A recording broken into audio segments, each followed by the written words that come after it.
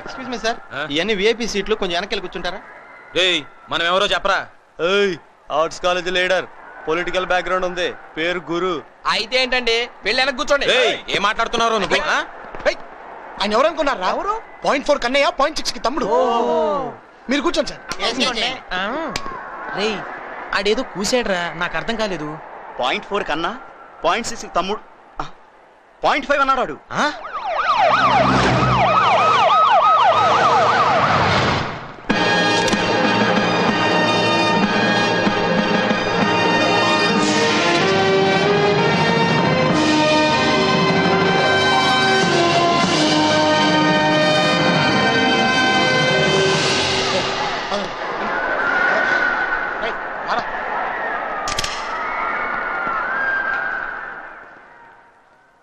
Dear friends, ఈరోజు మన college golden Jubilee ఫంక్షన్కి ముఖ్య అతిథిగా సీఎం గారిని ఎందుకు పిలిచామో మీకు తెలుసా?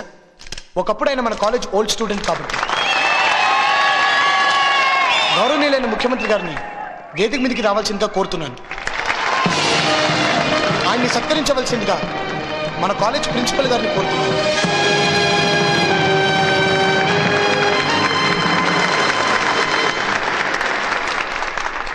అలాగే ఈరోజు గౌరవ అతిథిగా విచ్చేసిన హోమ్ మినిస్టర్ గారిని కూడా వేదిక మీదకి రావాల్సిందిగా కోరుతున్నాను.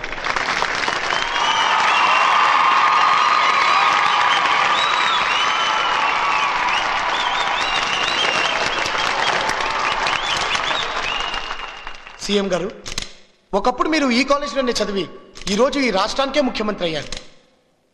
మా విద్యార్థి లోకానికి మీ సందేశాన్ని అందించవలసిందిగా కోరుతున్నాను.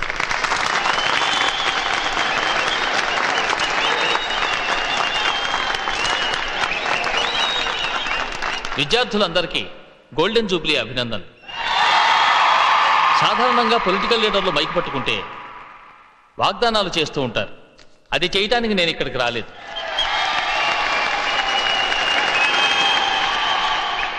పది మందికి సేవ చేయటం ఇదివరకటి రాజకీయం, 10 రూపాయలు సంపాదించటం ఇప్పటి రాజకీయం.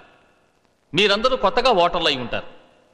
రాజ్యాంగాన్ని మార్చాలన్నా, రాజును మార్చాలన్నా యువతరం చేతుల్లో ఉంది. మీరంతా రాజకీయాల్లోకి రావాలి. రాజకీయ వాతావరణాన్ని పరిశుభ్రం చేయాలని కోరుతున్నాను. ఈరోజు నేను కూర్చున్న ఈ కుర్చీలో రేపు నా ఎదురుగా ఉన్న మీలో ఎవరో ఒకరు వచ్చి కూర్చోవచ్చు. ముఖ్యంగా యువకులకు నా విన్నపం, మీరు ఈ దేశాన్ని ఉద్ధరించే భావితరం ఆశాదీపాలు. నేను మిమ్మల్ని రేపటి వీరులు అంటున్నాను. యువరక్తంతో నిండిన నాడే అసెంబ్లీకి కొత్త కళ వస్తుంది. For the people, by the people, to the people అన్నదానికి బదులుగా for the youth, by the youth, to the youth అని అర్థం చేసుకున్న రోజున అందరం బాగుంటాం. జై హింద్.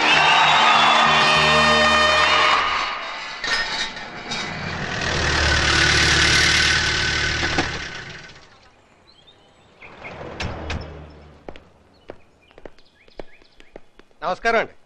ఏంట్రా సీరియస్గా ఉందా? కాశ్మీర్లో ఎలక్షన్ పెడితే ఎంత సీరియస్గా ఉంటుందో అంత సీరియస్గా ఉందండి. అయితే వెనక్కి వెళ్ళిపోనా?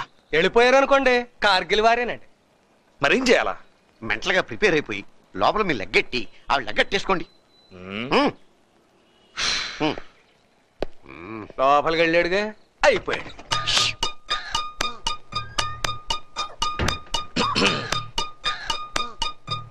తలనొప్పిగా ఉందా?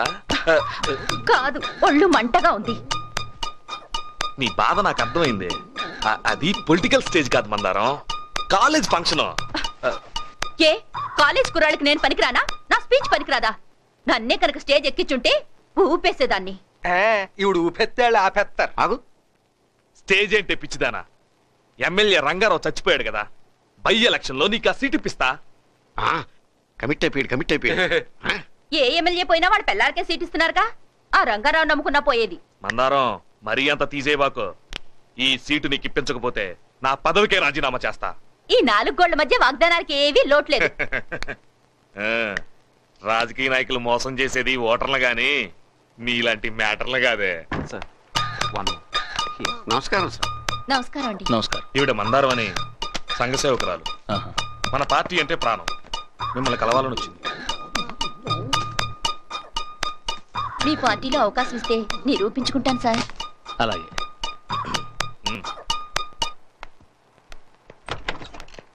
మన పార్టీకి సేవ చేయాలనుకుంటుంది. పార్టీకా నీకా?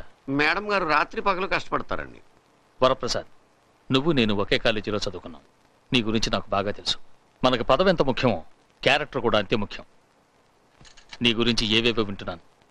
అలాంటి పుకాలు రావటం మన పార్టీకి మంచిది కాదు. గిట్టని వాళ్ళు ఏవేవో మాట్లాడుతూ ఉంటారు. అవన్నీ మనం పట్టించుకుంటే అసలు మనం రాజకీయాల్లోనే ఉండలేం. ఆవిడ ఎందుకు తీసుకొచ్చావు? బై ఎలక్షన్లో సీట్ కోసం. అది ఆల్రెడీ యూత్ లీడర్కి ఇచ్చేసాం. మనం ఇంకా బీఫార్మ్ ఇవ్వలేదుగా. మందారం చేత నామినేషన్ వేయించొచ్చు. నిమిషానికి ఒకరిని మారిస్తే మన పార్టీ పరువు గంగలో కలుస్తుంది. వస్తా. నమస్కారం అండి. నమస్కారం అండి. నమస్కారం బాబు. నేను ఫింగర్ ఎత్తానంటే ఆంధ్ర రాజకీయాలు పొంగరాలు తిరిగిపోవాల్సిందే. అమ్మ మందారం బాగుండవా? నీకేలే, కష్టం తక్కువ కలెక్షన్ ఎక్కువ. ఏం బాగులేండి. ఏ అదేనండి, బై ఎలక్షన్ లో సీట్ ఇప్పిస్తాన్నారు కదా, సీఎం గారు చేయన్నారు. ఈయనేమో ఇండిపెండెంట్ గా నిలబెడతానన్నారు. ఈవిడేమో భయపడుతుంది. ఎందుకమ్మా భయం? లేను, ప్రతిపక్ష నాయకుడు నేను ఉన్నాను కదా. ఇప్పుడు మా పార్టీ తరఫున క్యాండిడేట్ పెట్టనండి, అమ్మాయిని ఇండిపెండెంట్ గా పెట్టి మా పార్టీ తరఫున సపోర్ట్ చేస్తా. ఓకేనా? ఓకే. హలో, నమస్కారం అండి. ఇప్పుడు ఈసారి బై ఎలక్షన్ లో మన పార్టీ క్యాండిడేట్ ని పెట్టకుండా మందారం అని మంచి సంఘ సేవకురాలు, హై క్లాస్ నుంచి లో క్లాస్ దాకా మంచి ఫేమస్ ఫిగర్, ఆవిడ్ని సపోర్ట్ చేద్దాం అనుకున్నామండి. ఏంటండి, ఆవిడ్ని సపోర్ట్ చేస్తే మనకేంటి లాభమా? నన్ను మాట్లాడమంటారా? ఒక్క నిమిషం. ఆవిడ హోమ్ మినిస్టర్ గారి సంఖలో సంచండి బాబు, ఆయనతోనే మాట్లాడండి. మీ పార్టీ సపోర్ట్ తో మందారాన్ని గెలిపిస్తే మా పార్టీ గవర్నమెంట్ ని నేను పడగొడతా. గ్యారంటీ ఏంటా? ఇది గ్యారంటీ ఏంటంటారేంటండి బాబు? లేడీస్ లెగ్గెట్టినాక ఎన్ని సర్కాలు కూలిపోలేదు.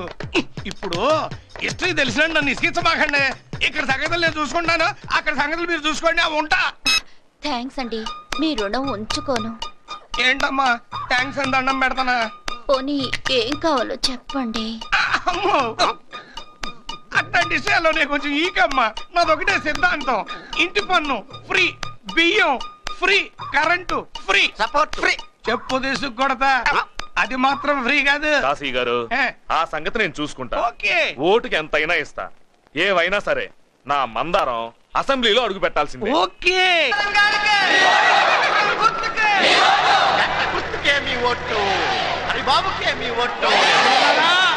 మీరందరూ కళ్ళారా ఒక్కసారి వీళ్ళని చూడండి. సంఘ సేవకురాలు, ఒళ్ళు దాచుకోదు, కష్టపడద్దే. ఈ అమ్మాయికే ఓటు ఎందుకు వేయాలి అని మీరు అడగొచ్చు. ఓటేస్తే ఇంటి ట్యాక్స్ ఫ్రీ, బియ్యం ఫ్రీ, కరెంటు ఫ్రీ. అక్కడ గుర్రాన్ని చూడండి, అమ్మాయిని చూడండి, గుర్రాన్ని చూడండి, అమ్మాయిని చూడండి. గుద్దాతలు పడండి, పదండి. మీ ఓటుని హరిబాబుకే వేసి గెలిపించవలసిందిగా కోరుతున్నాను. హరిబాబుని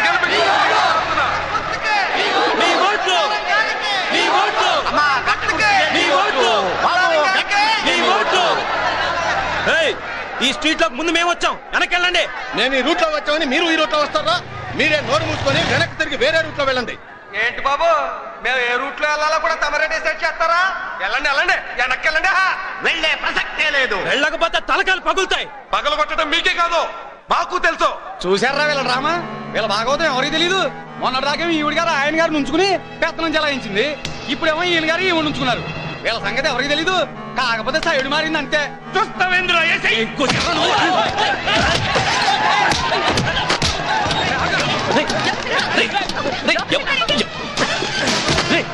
ఎవరా మీరు? మా ఇంటికి వచ్చి గొడవ చేస్తున్నారు. ఎవరు?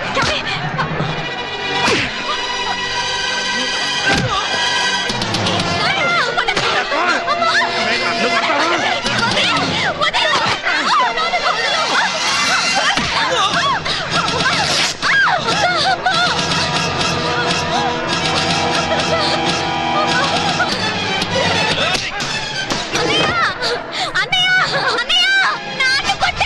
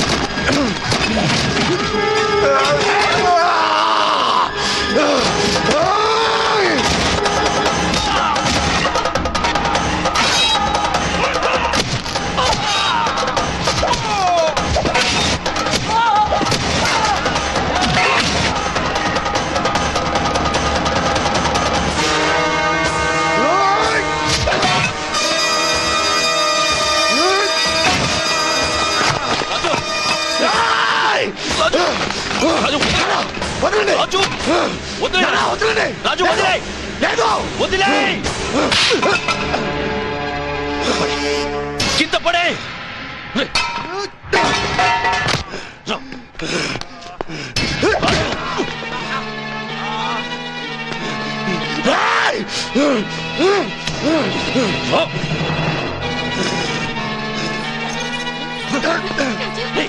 నువ్వు స్టూడెంట్ వా రౌడీవా? కన్న తండ్రి నింటూ తిరిగి కొడుతుంటే తిరిగి కొట్టేవాడి పేరు రౌడీయా నాన్న? వీధిన పడి కొట్టుకుంటే వాడికి నీకు తేడా ఏంట్రా? నాన్న మీరు నన్ను కన్నది కష్టపడి పెంచింది మిమ్మల్ని అందరినీ కంటికి రెప్పలా కాపాడుకోవడానికే గాని ఇలా తోడబుట్టిందని జాకెట్ ఇచ్చినా కూడా చేతులు కట్టుకొని కూర్చోడానికి కాదు నాన్న, కాదు. ఇప్పుడే కాదు, ఇంకెప్పుడైనా ఎవడైనా ఇలాంటి పని చేస్తే నరికేస్తాను. డిఐజీ గారు, ఆ లా కాలేజ్ స్టూడెంట్ లీడర్ ని వెంటనే అరెస్ట్ చేసి కోర్టుకి ఇచ్చండి. సూర్యదేవర నాగరాజు, సూర్యదేవర నాగరాజు, సూర్యదేవర నాగరాజు.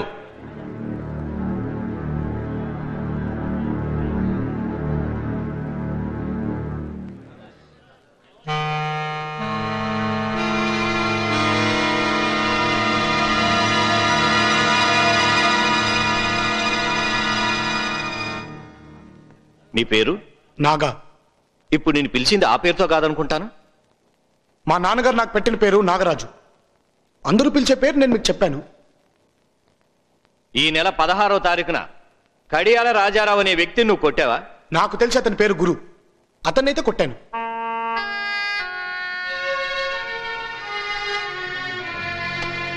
కొట్టాను అని ఇంత నిర్భయంగా నిస్సంకోచంగా అంగీకరించాక ఇంకా విచారణ ఎందుకు?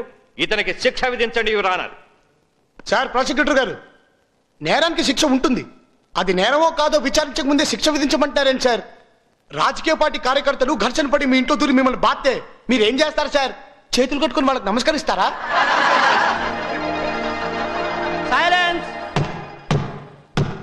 నువ్వన్నీ అడ్డగోలు ప్రశ్నలు వేస్తున్నావు. అవును సార్, రాజకీయ పార్టీ ఊరేగింపులు చర్చి పక్కన కానీ గుడి పక్కన కానీ మసీద్ పక్కన కానీ వెళ్తే లౌడ్ స్పీకర్లు వాడడానికి వీల్లేదు, స్లోగన్లు ఇవ్వడానికి వీల్లేదు, జిందాబాదులు కొట్టడానికి వీల్లేదు. కానీ మన ఇళ్ళ దగ్గర మాత్రం చెవులు పగిలిపెట్టేట్టు అనవచ్చు. ఆమె కరెక్ట్?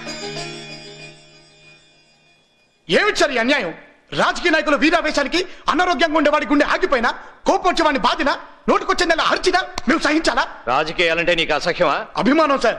ప్రజలే నా దేవుళ్ళు, సమాజమే నా దేవాలయం, ప్రజల కోసమే నేను బ్రతుకుతున్నానన్న మహానుభావులకు చేతులెత్తి నేను నమస్కరిస్తున్నాను. కానీ సారా ప్యాకెట్లు పంచి బిర్యానీ పొట్లాలు ఇచ్చి ఎలక్షన్ రోజున చేతులు 100 రూపాయలు పెట్టేవాళ్ళంటే నాకు అసహ్యం సార్. కాలేజీలో కాపీ కొట్టి పాస్ అవ్వడం ఎంత తప్పో ఎలక్షన్ లో కరెన్సీ వాడి గెలిచిన అంతే తప్పు సార్. ఎప్పుడు ఏ పార్టీ వాడికి అల్లరి చేయాలని బుద్ధి పుడుతుందో తెలియదు. అరే ఎవడు తల పగలు కొట్టిపోయి ఏ అమ్మాయి తల పగలు కొడతాడో కూడా తెలియదు. అయితే ప్రచారమే వద్దంటావా? ప్రచారం వద్దని నేను అంటోలేదు సార్, ప్రజల్ని డిస్టర్బ్ చేయొద్దంటున్నాను. ప్రచారం పేరుతో కోట్ల రూపాయలు తగలబెట్టొద్దంటున్నాను సార్. ఒక ఎమ్మెల్యే ప్రచారంకి అయ్యే ఖర్చు ఇంత లిమిట్ పెట్టినా అతను ఆ లిమిట్ దాటేసి లక్షలు ఖర్చు పెట్టేసి తిరిగి ఆ డబ్బంతా లంచాల పేరుతో ప్రజల దగ్గర వసూలు చేస్తున్నాడు. దీని మూలంగా నష్టపోయేది ఎవరు? ప్రజలు. డిస్టర్బ్ అయ్యేది ఎవరు? ప్రజలు. అందుకనే రోడ్ల మీద ప్రచారాలు వద్దంటున్నాను. అది రాజ్యాంగం ఇచ్చిన హక్కు. మన దేశానికి స్వతంత్రం వచ్చి 56 ఏళ్లు పూర్తయ్యేలోపు 100 సార్లు మార్చిన రాజ్యాంగాన్ని ప్రజల కోసం మరోసారి మార్చడంలో తప్పులేదు సార్. అభివృద్ధి చెందిన అమెరికా వంటి ఎన్నో దేశాలు సైతం టీవీ మీడియా ద్వారా ప్రచారాన్ని సాగిస్తున్నాయి. అందుకే ఎలక్ట్రానిక్ మీడియా ద్వారా ప్రతి పార్టీకి ప్రచారానికి ఇంత సమయాన్ని కేటాయించి ప్రజాధనాన్ని కాపాడండి సార్. నడి రోడ్డున ప్రచారం పేరుతో ప్రజాస్వామ్యాన్ని ఉరితీయకుండా కాపాడండి సార్. నేను చేసింది నేరమే, కానీ ఐపీసీ సెక్షన్ 96, 97, 98 and 100 ప్రకారం నేను శిక్షార్హుణ్ణి కాను. That's all your honour. Nagaraju మీద ప్రాసిక్యూషన్ వారు పెట్టిన కేసును కొట్టివేస్తూ అతని సూచనలు ఎలక్షన్ కమిషనర్కి పంపవలసిందిగా సిఫార్సు చేయడమైంది.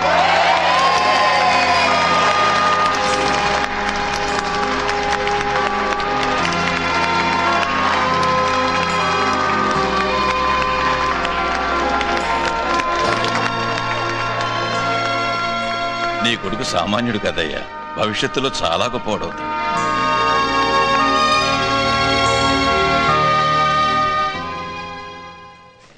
Sir, law college student Nagaraju election ప్రచారం వద్దని ఇచ్చిన సలహా మీద మీ అభిప్రాయం ఏమిటి? ఎక్సలెంట్. వీధి వీధి తిరిగి ప్రచారం చేయకుండా మీడియాను వాడుకోమని చెప్పడం నాకు చాలా బాగా నచ్చింది.